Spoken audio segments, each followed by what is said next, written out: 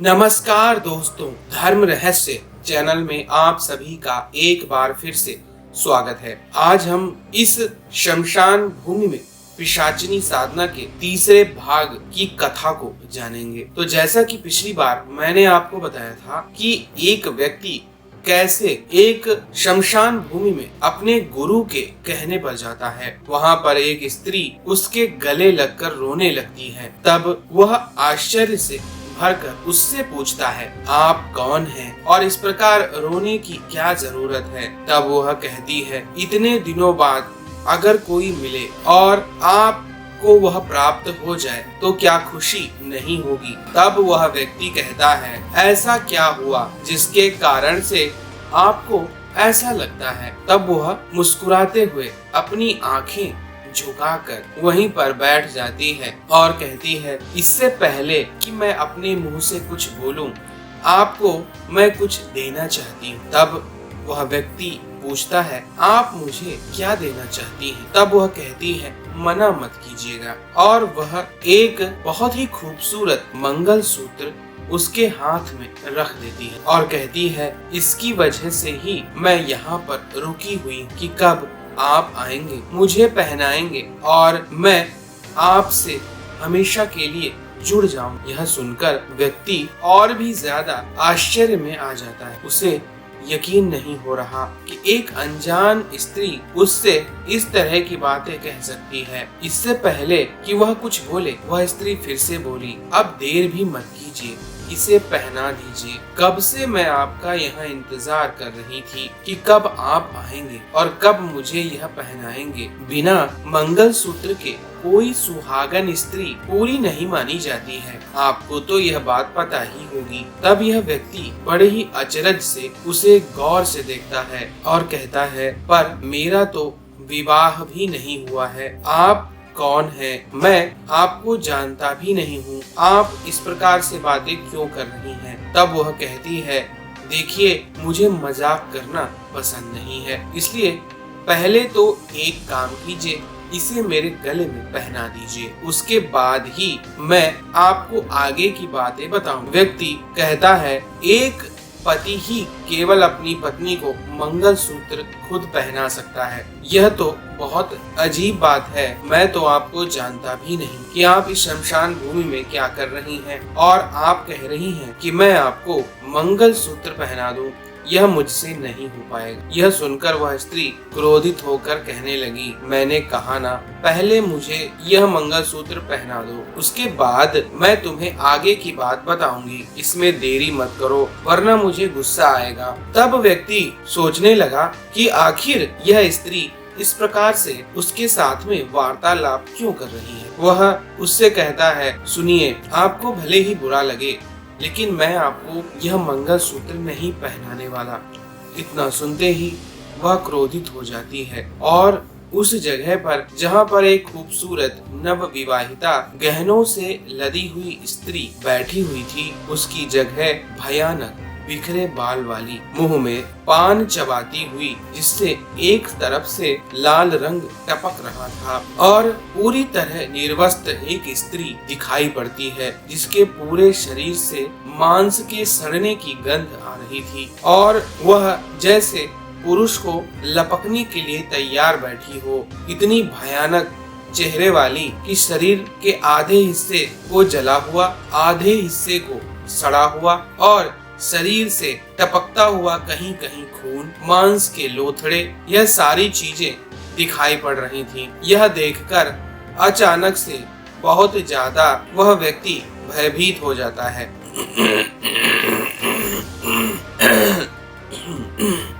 व्यक्ति इतना ज्यादा डर जाता है कि उसे कुछ समझ में नहीं आता। वह तेजी से पलट कर भागता है। तभी वह फिर से सामने आकर खड़ी हो जाती है। व्यक्ति फिर दूसरी दिशा में भागता है। वहाँ पर भी वह सामने आकर हंसने लगती है और कहती है, मुझसे शादी नहीं करोगे क्या? मुझसे रति सुख प्राप्त नहीं करना चाहते हो? मैं तुम्हें आनंदित कर दूंगी, तुमने सोचा भी नहीं होगा इतना आनंद दूंगी। यह सारी बातें बोलकर वह बार बार सामने उसी भयानक रूप में आ जाती थी। लेकिन तब यह सारी बातें उसके लिए बहुत ही ज्यादा भयानक और डरावनी थी, तो वह उसी स्थान की ओर भागता है जहाँ पर वह काला भुजंग व्यक्ति खड़ा था। उसके पास पहुंचकर उसके पैरों में गिरकर प्रार्थना करता है, आप मेरी रक्षा कीजिए, मेरे पीछे एक भयानक शक्ति पड़ गई है, यह कौन है? तब वह व्यक्ति कहता है, ये तो अभी शुरुआत है, क्या तुम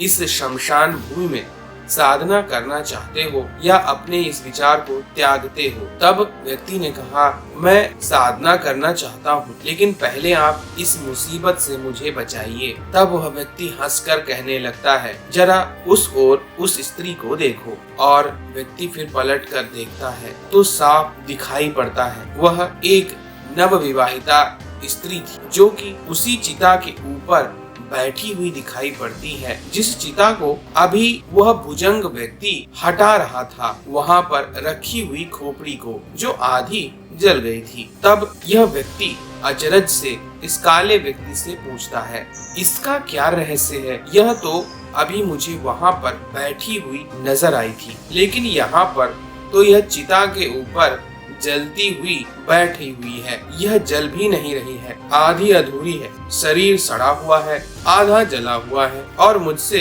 शादी करने मंगलसूत्र पहनाने की बात कर रही है।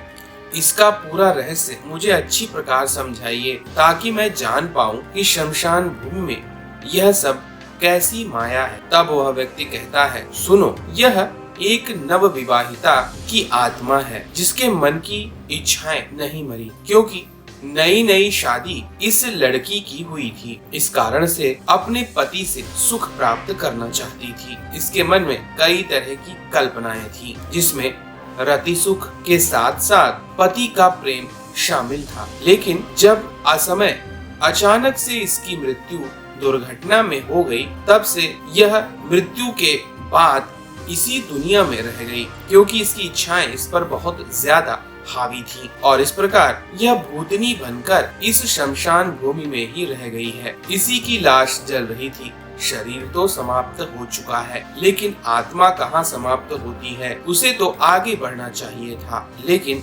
अपनी इच्छाओं की वजह से यह यहीं पर रह गई है। इसकी मुक्ति का मार्ग यही है, या तो यह रहस्य को समझे कि वह आत्मा है और आगे बढ़ जाए, अथवा इसकी इच्छा की पूर्ति हो जाए। दो ही सूरतों में यह इस शमशान भूमि को छोड़ पाएगी, अन्यथा यहीं भटकती रहेगी और अपने प्रेमी प्रियतम पति की तलाश करती रहेगी। कोई भी पुरुष इसे अपना पति ही नजर आता है, क्योंकि आत्माओं की सोचने समझने और पूर्व जन्म की याद नष्ट हो जाती है। उसे सिर्फ अपनी पूर्व की इच्छाएं ही याद रहती हैं, और यह इच्छाएं मूल रूप से उस जन्म की तड़प है। वह तड़प जिसमें रति सुख, पति का प्रेम, मंगलसूत्र पहनना, सज धज कर नए वस्त्र धारण करना नवविवाहिता की सबसे बड़ी इच्छा होती है। इसीलिए इसके मन में यह इच्छा इतनी तीव्र है कि मरने के बाद भी यह इच्छा इसके अंदर पूरी तरह विद्यमान है।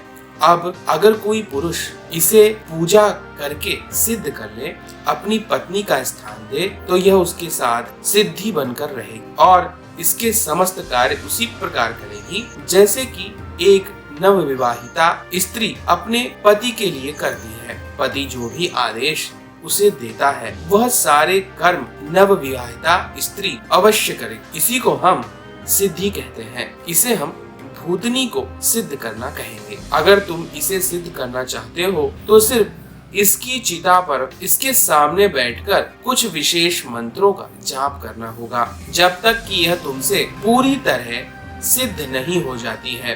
और जब यह पूरी तरह से तुमसे सिद्ध हो जाएगी तो फिर पत्नी की तरह तुम्हारे साथ रहेगी। तब यह व्यक्ति कहता है, वह सब तो ठीक है, लेकिन मैं इसका वास्तविक रूप जानता हूँ। इतना गंदा जला हुआ शरीर जिसमें मांस के लोथड़े हों, इतनी भयानक दिखने वाली स्त्री के साथ कैसे कोई प्रेम कर सकता है? तब व्यक्ति हंसते हुए कहता है, बीच की अवस्था होने के कारण, शरीर नहीं होने के कारण जैसी अवस्था में इसे जागृति हुई, उसी अवस्था का इसका सूक्ष्म शरीर हो गया है। लेकिन अगर कोई इससे विवाह कर लेता है तो यह अपने आत्मा से वैसा ही शरीर बना लेगी। वह बहुत ही सुंदर होगा, जैसा कि तुमने अभी देखा। यह बहुत सुंदर नजर आ रही और ऐसे ही सुंदर स्वरूप में यह हमेशा विद्यमान रहेगी। इसके प्रति प्रेम रहेगा और व्यक्ति को भी ऐसा भयानक स्वरूप देखने को नहीं मिलेगा।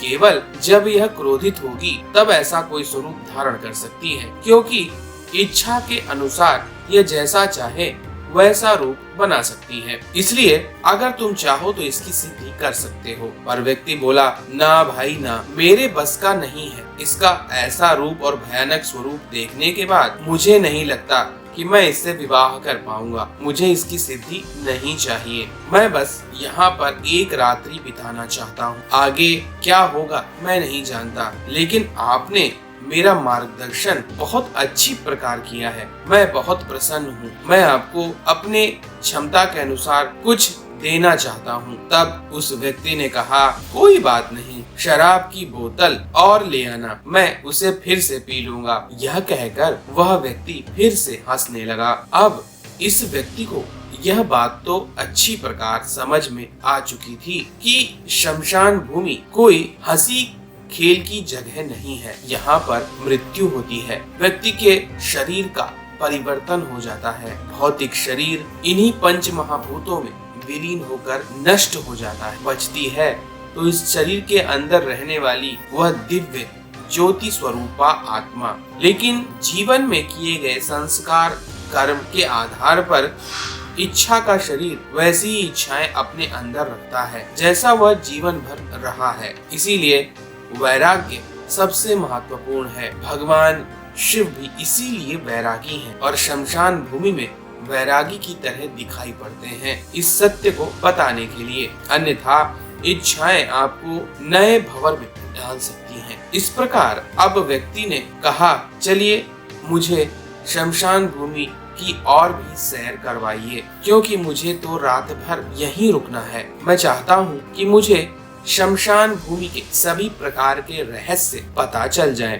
तब व्यक्ति हंसते हुए कहता है, ठीक है, चलो इस शमशान भूमि के उत्तर की तरफ एक नदी बह रही है, वहीं चलते हैं। इस प्रकार वह व्यक्ति और वह काला भुजंग व्यक्ति एक ऐसे नदी की तरफ बढ़ने लगते हैं जो कि शमशान भूमि से लगी हुई थी। ज्यादातर लोग लाशों को जलाने के बाद उस नदी में ही स्नान करते थे और वह व्यक्ति जल्दी ही उस नदी के बिल्कुल करीब पहुंच जाता है। नदी के पास पहुंचने पर वह 3-4 लोगों को पानी में स्नान करते हुए देखता है। यह देखकर उस काले व्यक्ति से वह पूछता है, इतनी रात को यह कौन लोग स्नान करने के लिए आए हैं? तब वह काला भुजंग व्यक्ति कहता है, अगर किसी प्रश्न का जवाब चाहते हो तो स्वयं प्रयास करना चाहिए। सब कुछ अगर मुझसे पूछ लोगे तो स्वयं क्या जानोगे? जाओ उन्हीं से पूछो। और व्यक्ति धीरे धीरे नदी के उस कोने की ओर बढ़ने लगता है जहाँ पर वह सारे व्यक्ति स्नान कर रहे थे। जब वो उनके पास पहुँचता है तो उन्हें कहता है, भाई लोग, लाशें तो दिन में जलाई जाती हैं और ज्यादातर लोग दिन में ही स्नान करके निकल जाते हैं। आप लोग कौन हैं और इस प्रकार रात्रि के समय इस नदी में स्नान क्यों कर रहे हैं? तब उनमें से एक व्यक्ति बड़े गौर से इन्हें देखता है, लेकिन कोई जवाब नहीं देता। व्यक्ति थोड़ी देर चुप रहता है। पिछली वाली घटना से उसके मन में डर पैदा था और इस डर से निकलने के लिए यह आवश्यक था कि वह व्यक्ति थोड़ी देर चुप रह के फिर से वही प्रश्न करे। और वह व्यक्ति एक बार फिर से वही प्रश्न करता है। वह व्यक्ति और बाकी लोग पलटकर इसे देखते हैं। वह सारे लोग कहते हैं, हमारा जाने का समय हो गया है। हमारे लिए किसी ने भी कुछ नहीं किया। क्या तुम कुछ कर सकते हो जिससे हमें कुछ शांति मिले? तब यह व्यक्ति पूछता है, ऐसी कौन सी बात है, आप मुझे बताइए। मेरी जो भी सामर्थ्य होगी उसी के अनुरूप आपकी मदद अवश्य करूंगा। तो वह कहते हैं, यह पानी को आप अपनी अंजुली में भरकर इस नदी में गिराइए और कहिए, इन सभी को ले जाइए। और यह 3 बार कहिएगा। यह सब अभी मत पूछिए कि क्यों।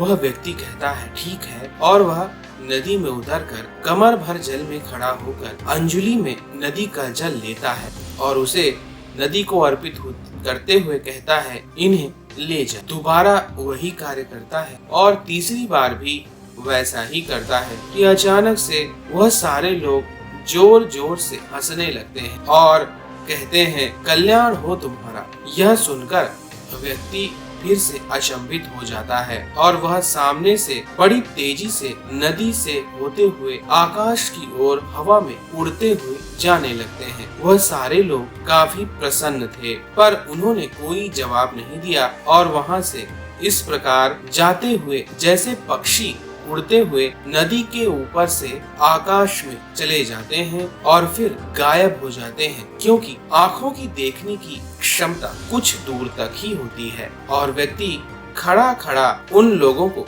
देखता रहा। वह सारे व्यक्ति नदी के ऊपर से उड़ते हुए आकाश में जा रहे थे और इस प्रकार वह अदृश्य हो गए। यह बात भी इस व्यक्ति को समझ में नहीं आई। तब यह व्यक्ति सोचने लगा इस शमशान भूमि में बड़े अचरज है। चलो हमारे प्रश्नों के उत्तर एक ही व्यक्ति दे सकता है, उसी के पास चलता हूँ। और वह उस जगह पहुँच गया दोबारा से जहाँ पर वह काला भुजंग व्यक्ति खड़ा था। उनके पास पहुंचकर व्यक्ति ने कहा आपने मुझसे कहा था कि किसी भी बात को जानने के लिए उसमें उतरना पड़ता है। मैं नदी तक में उतरा लेकिन इस रहस्य को नहीं जान पाया। ये सभी लोग कौन, कृपया आप मुझे बताइए।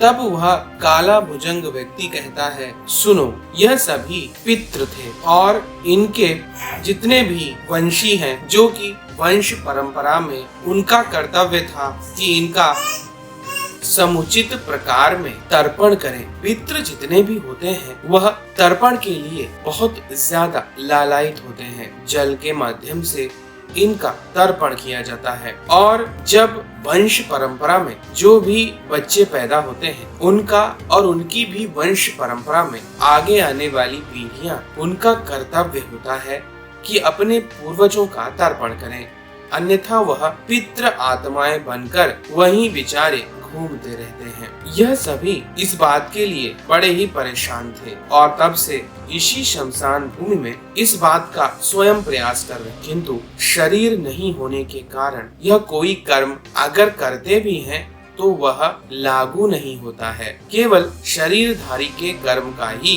फल शरीरधारी को मिलता है। यह रोजाना नदी में स्वयं के लिए तर्पण करने की कोशिश करते थे, लेकिन कभी भी ऐसा नहीं कर पाए। इस इंतजार में कि शायद कोई आए, उनका कोई वंशी हो जिसने इनका तर्पण कर दिया और इस प्रकार वह मुक्ति को प्राप्त कर ले, लेकिन कोई नहीं आया। आज तुम पहले व्यक्ति हो। तुमने, हालांकि इनके वंश से तुम्हारा कोई भी संबंध नहीं है और बिना संबंध के होते हुए भी तुमने इनके लिए तर्पण किया है, इसी कारण से यह आत्माएं आज इस शमशान के बंधन से मुक्त होती हैं और आज ये पितृलोक की ओर चली गई। यह तुम्हें आशीर्वाद भी देकर गई है, तुम्हारे जीवन में कल्याण हो, क्योंकि तुमने पितरों का तर्पण किया है। वैसे तो प्रत्येक व्यक्ति का कोई न कोई पितृ होता ही है, क्योंकि सभी मनुष्य मनु और शत्रुपा से उत्पन्न हुए वंश परंपरा से ही आगे बढ़ते हुए आए हैं। इसीलिए तुम्हारे द्वारा दिया गया तर्पण भी इनके लिए पूर्ण हो गया। तब व्यक्ति बहुत प्रसन्न होता है और कहता है मेरे कारण कुछ का भला तो हुआ, अब आगे का मुझे रहस्य समझाइए और इस शमशान में कहीं और लेकर चलिए। दक्षिण दिशा और उत्तर दिशा कंप्लीट हो चुकी है, अब मुझे किसी अन्य दिशा की ओर लेकर जाइए। और वह काला भुजंग व्यक्ति उन्हें पूर्व की दिशा की ओर लेकर गया। तभी वहाँ पर जो दृश्य दिखाई दिया वह बिल्कुल अद्भुत था। यह क्या था जानेंगे हम लोग अगले भाग। अगर आपको यह कथा अच्छी लग रही है तो लाइक करें, शेयर करें, सब्सक्राइब करें चैनल और इसी प्रकार इस पॉडकास्ट को सुनते रहें। आप सभी का दिन मंगलमय हो। जय मां पराशक्ति।